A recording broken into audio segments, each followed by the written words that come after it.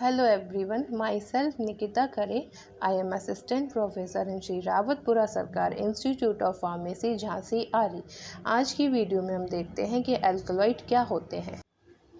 Alkaloid जो word है वो एल्कलाइड को अगर ब्रेक करते हैं तो एल्कली प्लस ऑइड में ये क्या होता है, ब्रेक होता है। एल्कली मीन्स होता है बेसिक और ऑइड मीन्स होता है जैसे। ये क्या होते हैं, एल्कलॉइड जो होते हैं वो बेसिक नेचर के होते हैं। ये हमें कहाँ से ऑब्टेंड होते हैं, ये हमें प्लांट सोर्स से ऑब्टेंड होते हैं।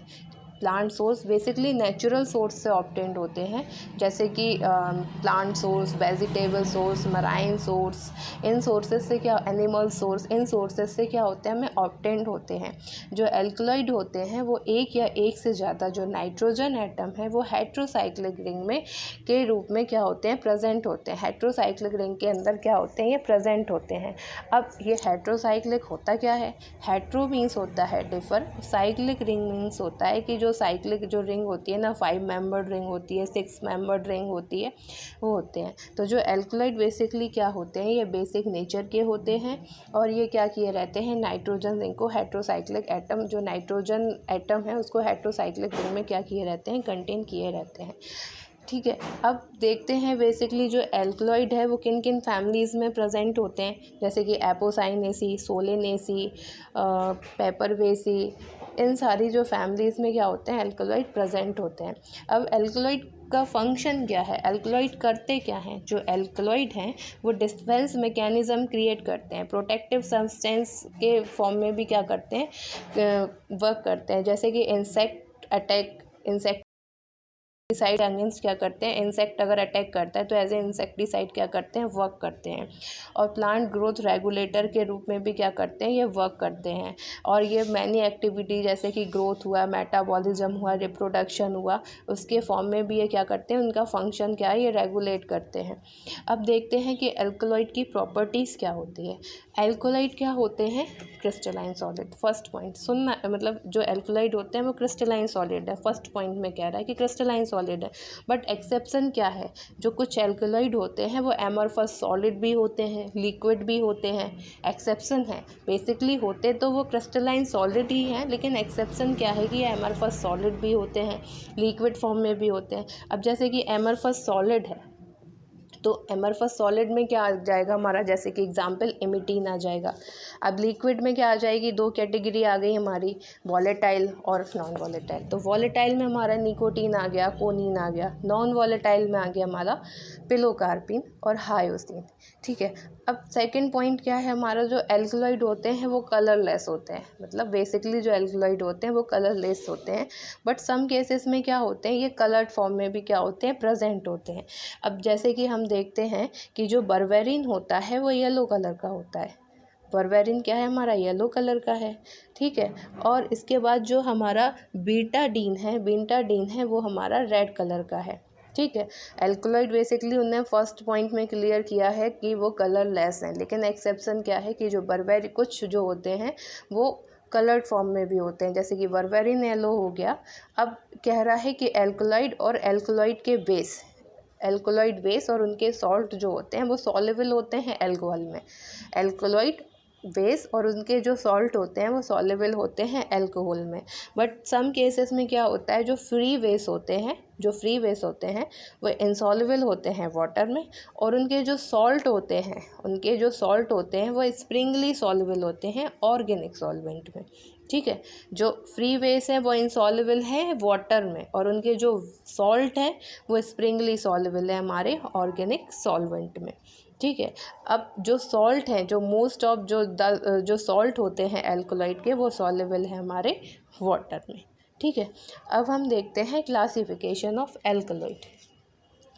अब एल्कलॉइड 4 कैटेगरी में क्लासिफाइड किया गया है। Taxonomical classification, chemical classification, biosynthetic classification, pharmacological classification. अब देखते हैं टैक्सोनॉमिकल क्लासिफिकेशन। अब टैक्सोनॉमिकल क्लासिफिकेशन में क्या होता है, इसमें उनकी फैमिलीज़ के बिहाफ पे, उनके जीनस और स्पीसीज़ के बिहाफ पे क्लासिफाइड करते हैं। जैसे सोलेनेसी हुई, पेपरवेसी हुई, रूबिएसी हुई, उसके बेसिस पे हम उसको क्लासिफाइड करते हैं। फिर नेक्स्ट आते हैं हम केमिकल क्लासिफिकेशन। जो केमिकल क्लासिफिकेशन है हमारा वो दो कैटेगरी में डिवाइड है। एक होता है नॉन हेट्रोसाइक्लिक एल्कलॉइड और सेकंड है हमारा हेट्रोसाइक्लिक एल्कलॉइड।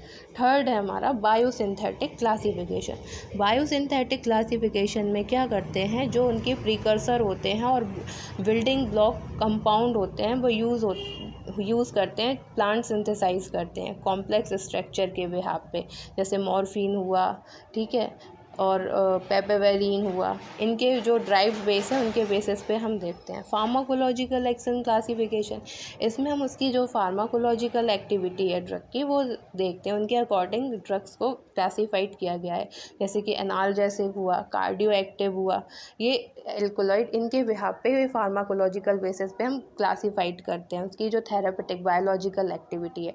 तो हम देखते हैं क्लासिफिकेशन जो कि हैगनस ने दिया था। तो फर्स्ट आता है ट्रू एल्कलॉइड। अब एल्कलॉइड की कंडीशन क्या है, फर्स्ट तो ये है कि वो अमाइनो एसिड से क्या होने चाहिए, ड्राइव होने चाहिए, अमीनो एसिड के डेरिवेटिव होने चाहिए, और जो नाइट्रोजन एटम है वो हाइड्रोसाइक्लिक रिंग में प्रेजेंट होना चाहिए। दो कंडीशन बनती है हमारी एल्कलॉइड की। फर्स्ट तो ये है कि जो एल्कलॉइड होते हैं वो अमीनो एसिड के डेरिवेटिव होते हैं, और सेकंड है जो नाइट्रोजन एटम है वो हेट्रोसाइक्लिक रिंग में प्रेजेंट होना चाहिए। तो ट्रू एल्कलॉइड ये दोनों ही कंडीशन को फॉलो करता है, मतलब जो इसको दोनों ही कंडीशन को फॉलो कर रहे हैं तो वो होते हैं हमारे ट्रू एल्कलॉइड, जैसे कि एट्रोपिन, रेसरपाइन, निकोटीन, ठीक है। अब प्रोटो एल्कलॉइड क्या होते हैं, देखिए जैसे कि पहले बताया गया है कि जो एल्कलॉइड होते हैं वो ड्राइव्ड होते हैं किससे, अमाइनो एसिड, और कंटेन किए रहते हैं नाइट्रोजन एटम हेट्रोसाइक्लिक रिंग में।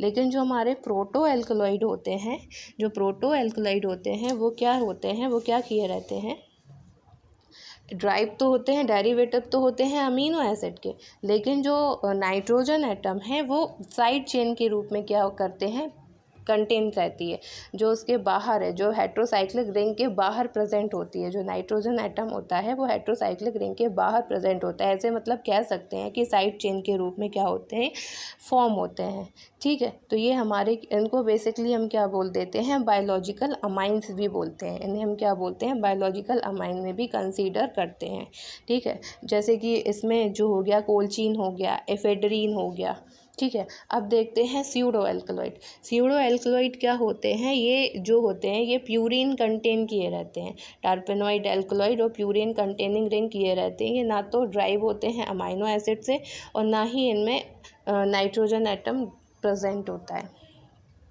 ठीक है। अब देखते हैं केमिकल क्लासिफिकेशन। केमिकल क्लासिफिकेशन है ये हमारा किसके बेसिस पे, ये है हमारा हेट्रोसाइक्लिक एल्कलॉइड के बेस पे, हेट्रोसाइक्लिक रिंग के बेस पे। तो फर्स्ट आया हमारा पेरिडीन एंड पिपेरिडीन। पेरिडीन एंड पिपेरिडीन में क्या आ जाएगा हमारा, लोविलिया, निकोटीना, एरिकानेट। ट्रोपेन में क्या आ जाएगा हमारा, कोका, वेलाडोना, धतूरा। कीनिलॉन में आ जाएगा हमारा सिनकोना। आइसोक्यूनिलॉन में आ जाएगा हमारा ओपियम, आईपैक। इंडोल में आ जाएगा हमारा एर्गोट, राउल्फिया। अमाइन में आ जाएगा हमारा एफेड्रा। अब देखते हैं केमिकल टेस्ट। केमिकल टेस्ट देखते हैं मेयर रिएजेंट। अब मेयर रिएजेंट, जब हम किसी एल्कलॉइड को मेयर रिएजेंट, अब सॉल्यूशन कौन सा लेते हैं मेयर रिएजेंट में, पोटेशियम मर्क्यूरिक आयोडाइड सॉल्यूशन। कौन सा लेंगे, पोटेशियम मर्क्यूरिक आयोडाइड सॉल्यूशन, जो कि मेयर रिएजेंट है, इसके साथ ट्रीट करेंगे तो हमें क्रीमी प्रेसिपिटेट फॉर्म होगा। फिर सेकंड टेस्ट है हमारा वेगनार्स रिएजेंट। वेगनार्स रिएजेंट में हम कौन सा सॉल्यूशन लेंगे, एक्वस आयोडीन सॉल्यूशन के साथ जब हम एल्कलॉइड को ट्रीट करेंगे तो हमें रेडिश ब्राउन प्रेसिपिटेट फॉर्म होगा। फिर थर्ड है हमारा ड्रैगन ड्रॉफ रिएजेंट। ड्रैगन ड्रॉफ रिएजेंट में हम क्या लेंगे, पोटेशियम आयोडाइड और बिस्मथ नाइट्रेट लेंगे। क्या लेंगे, पोटेशियम आयोडाइड और बिस्मथ नाइट्रेट के सॉल्यूशन के साथ जब हम किसी एल्कलॉइड को ट्रीट कराते हैं तो हमें orange reddish colour precipitate form होता है। फिर नेक्स्ट है हमारा हैगर रिएजेंट। हैगर रिएजेंट में हम सैचुरेटेड सॉल्यूशन लेते हैं किसका, पिक्रिक एसिड का, किसमें, कोल्ड वाटर में। सैचुरेटेड सॉल्यूशन ले रहे हैं पिक्रिक एसिड का कोल्ड वाटर में, तो हमें क्रिस्टलाइन प्रेसिपिटेट फॉर्म होता है मैनी एल्कलॉइड के साथ। अब नेक्स्ट देखते हैं IUPAC, example and uses alkaloid के। तो आईपैक जो होता है वो होता है इंड्यूस वॉमिटिंग में। सिनकोना होता है हमारा एंटी मलेरियल में। विनका होता है एंटी कैंसर में। कॉफ़ी होती है स्टिमुलेंट। पिलोकार्पस होता है ट्रीटमेंट ऑफ ग्लूकोमा।